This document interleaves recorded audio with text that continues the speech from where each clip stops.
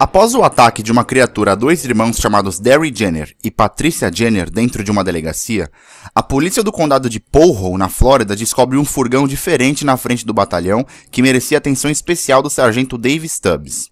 Dentro do veículo, corpos mortos, dezenas deles, mas o que impressionava mais ainda as autoridades eram os mecanismos de defesa que o furgão acionava automaticamente quando sua segurança era violada. Eram armadilhas contra eventuais intrusos que somente o dono daquele veículo podia controlar. Era difícil admitir, mas o xerife Danny Testigo sabia a natureza daqueles eventos e a eles atribuía à cidade o retorno de uma criatura das trevas que passara os últimos 23 anos dormindo e que aterrorizava o condado há mais de 20 dias. O que dava ao xerife Danny autoridade suficiente para falar sobre Jeepers Creepers era que o oficial criou um grupo de operações em sua busca caçando a criatura 23 anos atrás dali. Até então, o pouco que se sabia sobre aquele monstro era de que ele tinha habilidades desumanas de artilharia e atletismo, era ambidestro, possuía asas que lhe auxiliavam na caça de suas presas e mantinha hábitos canibais, de modo que sua alimentação fortalecia e regenerava os órgãos de seu corpo eventualmente machucados por algum confronto. Quero dizer que se ele, por exemplo, em algum combate mutilasse sua mão, bastaria ele comer a mão de outra pessoa para que a sua própria mão se regenerasse totalmente.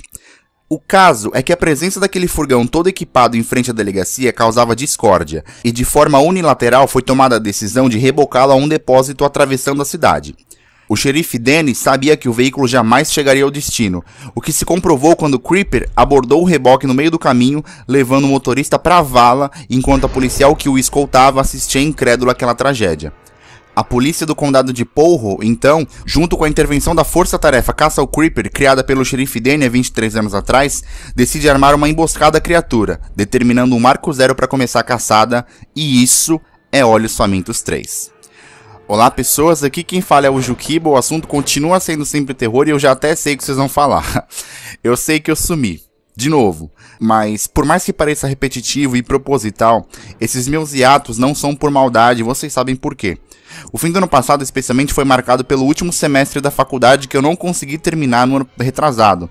E junto com esse final de semestre veio o TCC. Quem tá dentro da vida acadêmica sabe a correria que é, e eu infelizmente não conseguia manter as três coisas, o canal, o trabalho e a faculdade. Para tal, eu me demiti do emprego e foquei exclusivamente no curso para terminá-lo de uma vez por todas e... Bem, aqui estou eu, formado.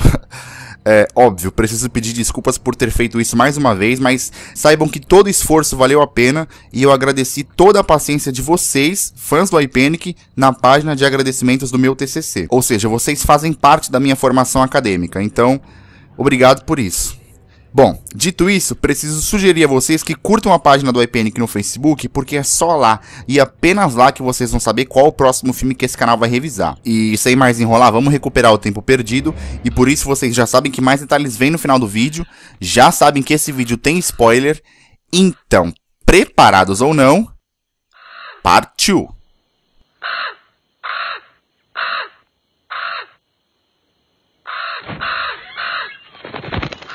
Bom, para entender Olhos Famintos 3, é meio que necessário ter visto os outros dois, porque o 3, cronologicamente, se passa entre os dois.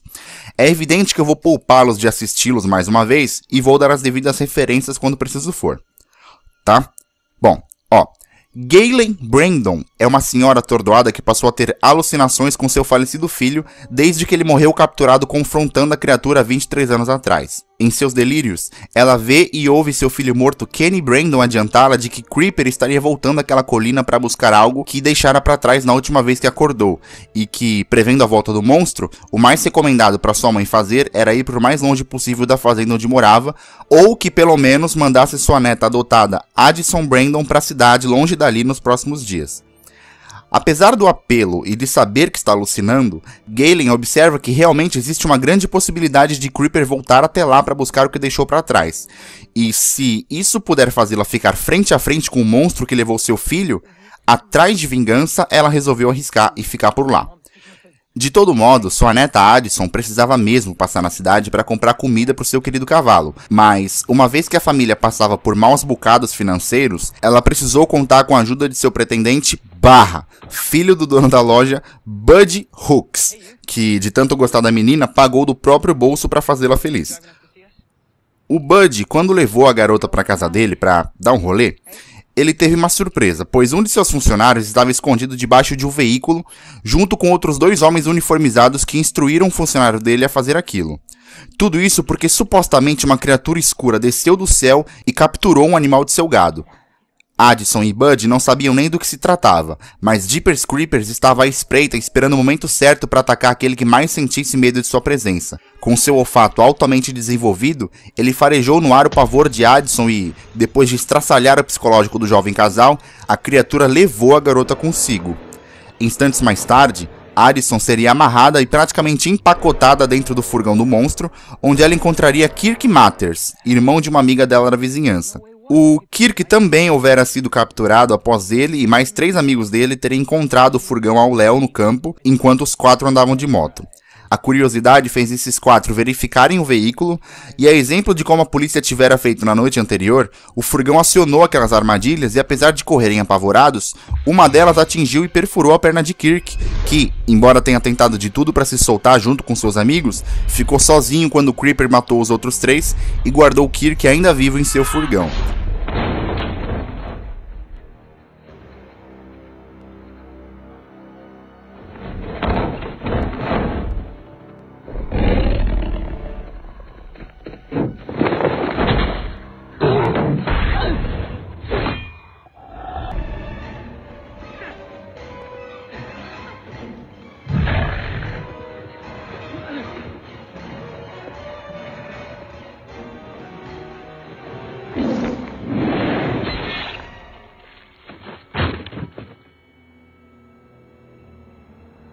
Então os 2 agora, o Kirk e a Addison, estavam empacotados dentro do veículo de Creeper, mas por algum milagre do destino, ainda vivos.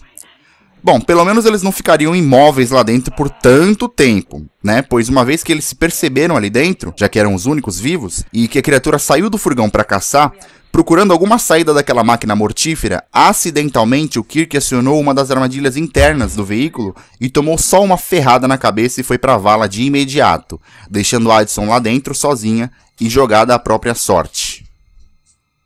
Bom, o que o falecido Kenny Brandon enterrou na colina sobre a qual a fazenda da família se alocava era a mão de Creeper, a original, que houvera sido amputada de alguma forma por algum confronto que a criatura travara.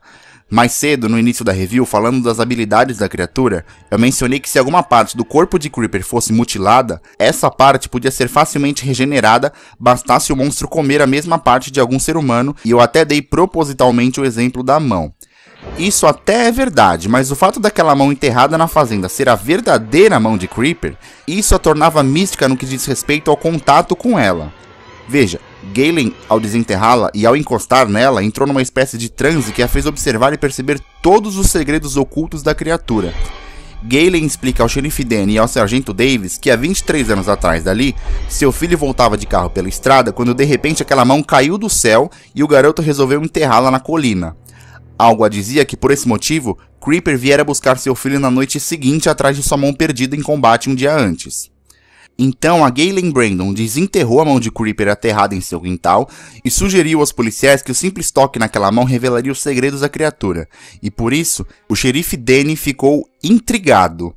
Para ele, a verdadeira solução sobre como eliminar Jeepers Creepers estava ali diante de seus olhos na mesa de Galen, e então ele resolveu tocar na mão e vivenciar o transe que ela oferecia.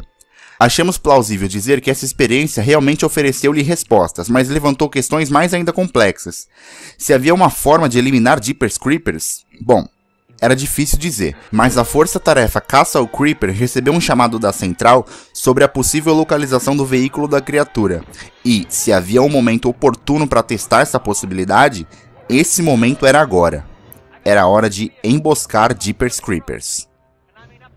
Na rodovia, o veículo da criatura foi, digamos que, cercado. Por trás, o carro do xerife Danny com o sargento Davis e pela frente, também de carro, Michael e Jenkins da força-tarefa Caça ao Monstro, com uma potente e mortal metralhadora embutida no carro. Mas, pela recente experiência pela qual o sargento e o xerife passaram ao tentar atirar no furgão, abater o veículo da criatura através de tiros era impossível, pois a carcaça do furgão ricocheteava tudo, ou seja, os tiros que chegavam lá voltavam com a mesma intensidade, mas sentido oposto. Inevitavelmente, Michael e Jenkins foram dilacerados pelos tiros que a própria metralhadora deles alvejou em direção ao furgão, onde Addison permanecia viva lá dentro. Não nos esqueçamos que quando a segurança daquele veículo era ameaçada, dispositivos de defesa eram acionados e 2 explosivos direcionados aos 2 carros dos policiais e da força-tarefa foram disparados, causando um grave acidente com Danny e Davis, mas não suas mortes. Feridos, os dois se separam e a pé e intocável, Jeepers Creepers andava de encontro ao confronto com Davis, quando Danny tentou surpreender a criatura usando a metralhadora danificada que os oficiais da força-tarefa tentaram, sem sucesso, atingi-lo. De alguma forma, Danny conseguiu. Jeepers Creepers foi constantemente alvejado e ficou gravemente ferido, o que desestabilizou momentaneamente suas capacidades de locomoção e atletismo, mas não impediu que o xerife Danny morresse com uma machadada na face e que o sargento Davis fugisse.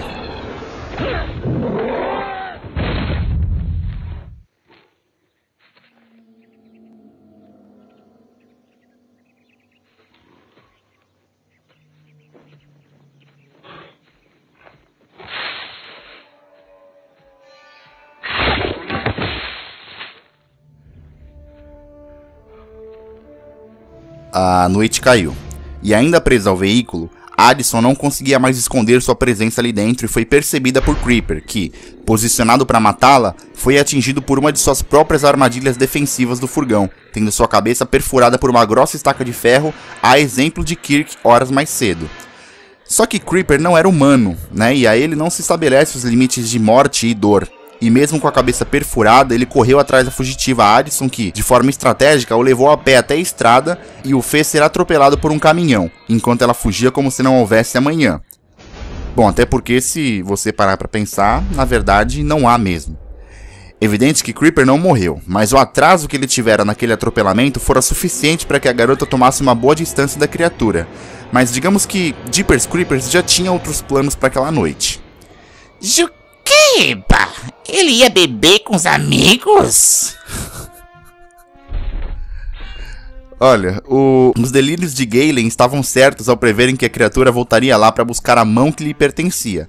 Mas, bom, desde que testemunhou petrificado a criatura capturar a pequena Addison, o Bud resolveu que ficar parado lamentando sua impotência não a traria de volta, e decidiu juntar-se a Galen numa possível vingança à criatura que estava orquestrada da seguinte forma.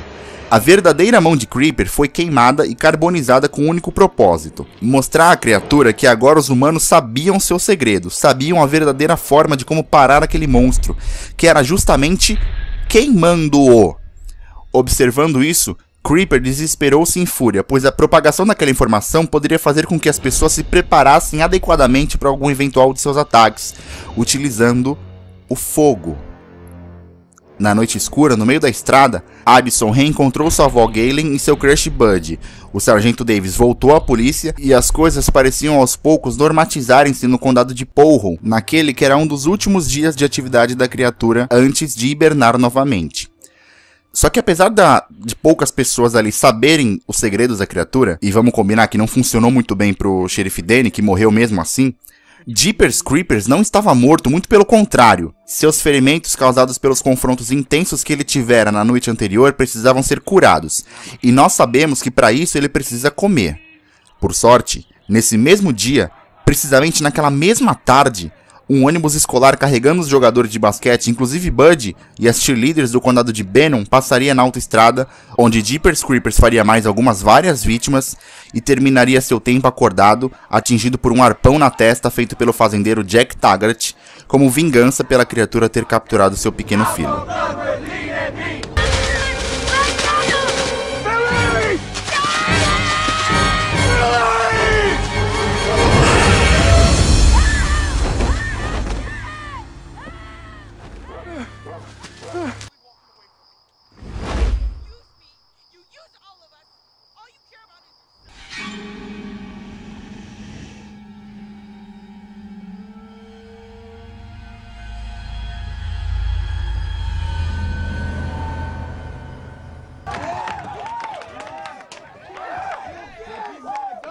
No fim das contas, se Jeepers Creepers morreu ou se apenas entrou em modo avião, ninguém sabe. O fato é que Jack Taggart capturou a criatura para expô-la em sua fazenda, aguardando ansiosamente pelos próximos 23 anos, chegando aos dias atuais, pro caso de ela acordar. E se esse fosse o caso, e o fazendeiro mesmo preparado não fosse capaz de detê-la, Patricia Jenner, na cidade, depois de muita pesquisa e preparo, prometia vingança pelo seu irmão àquela criatura das trevas que estava prestes a acordar e botar o terror em quem temesse sua volta.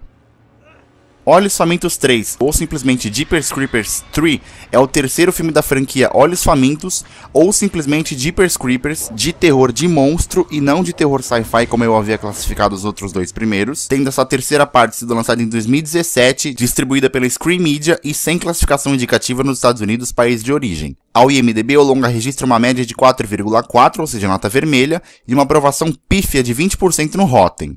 IMDb e Rotten, devo lembrar-lhes, são parâmetros populares e não servem para comprovar opiniões. Aos olhos da crítica especializada, praticamente de forma unânime, o longa coleciona más avaliações. Aos bolsos da bilheteria, a produção conseguiu arrecadar pouco mais de 3 milhões de dólares, sendo destes 1,7 milhões apenas em solo doméstico por apenas uma única noite de exibição. Uma renda baixíssima se comparada às produções co-irmãs, que arrecadaram por volta dos 60 milhões de dólares na época em que foram lançadas. Tal renda, em parte, se justifica pelo escândalo envolvendo o diretor Victor Salva, que estaria envolvido em um crime sexual com uma criança no passado, e para tanto a estreia do filme foi boicotada em diversos países, afetando bilheteria e reputação da franquia. No Brasil, por exemplo, e em várias outras nações, o filme foi lançado direto na TV pelo canal Sci-Fi. Cronologicamente, devo repetir, esse terceiro filme da franquia representa os eventos acontecidos entre os filmes 1 e 2, apesar de alguns furos no roteiro e erros na continuidade estética da produção. O fim do segundo filme e desse terceiro, exibindo o fazendeiro Jack Taggart já bastante idoso, sentado e esperando a criatura acordar, e Patricia Jenner, depois da pesquisa, dizer estar pronta para o combate, esses dois finais são contemporâneos, ou seja, ambos acontecem 23 anos após os eventos dos filmes. Ou seja, de novo, eles são praticamente simultâneos. O fim do filme sugere a deixa para um possível Olhos Famintos 4, possibilidade que já foi cogitada e está em vias de ser confirmada, tá? Na minha versão dos fatos, Olhos Famintos 3 está longe da qualidade de seus antecessores, mas traz consigo a revida que a franquia talvez precisasse para se manter de pé e oferecer respostas que não vieram definitivamente nessa parte, mas abriu portas para eventuais soluções num quarto e possível último filme da saga. Particularmente, ao ter visto o filme pela primeira vez, eu realmente achei bem ruim, mas prestando atenção nos detalhes e tentando retirar o máximo de informação desse enredo fraco, você pode relevar. E por isso, Olhos Famintos 3, comigo, tem nota 6. Se vocês gostaram do vídeo, por favor, cliquem em gostei e se inscrevam no canal para levá-lo adiante. Repassem aos seus amigos, principalmente àqueles que curtem filmes de terror e... fiquem na paz. Creepers, creepers, where'd you get those creepers? Oh, those weepers, how they hypnotize, knock me out. Where'd you get those eyes? Where'd you get them? Won't you put me wise? Don't you tell me. Pay to advertise. Tell them about me. Where did you get those eyes?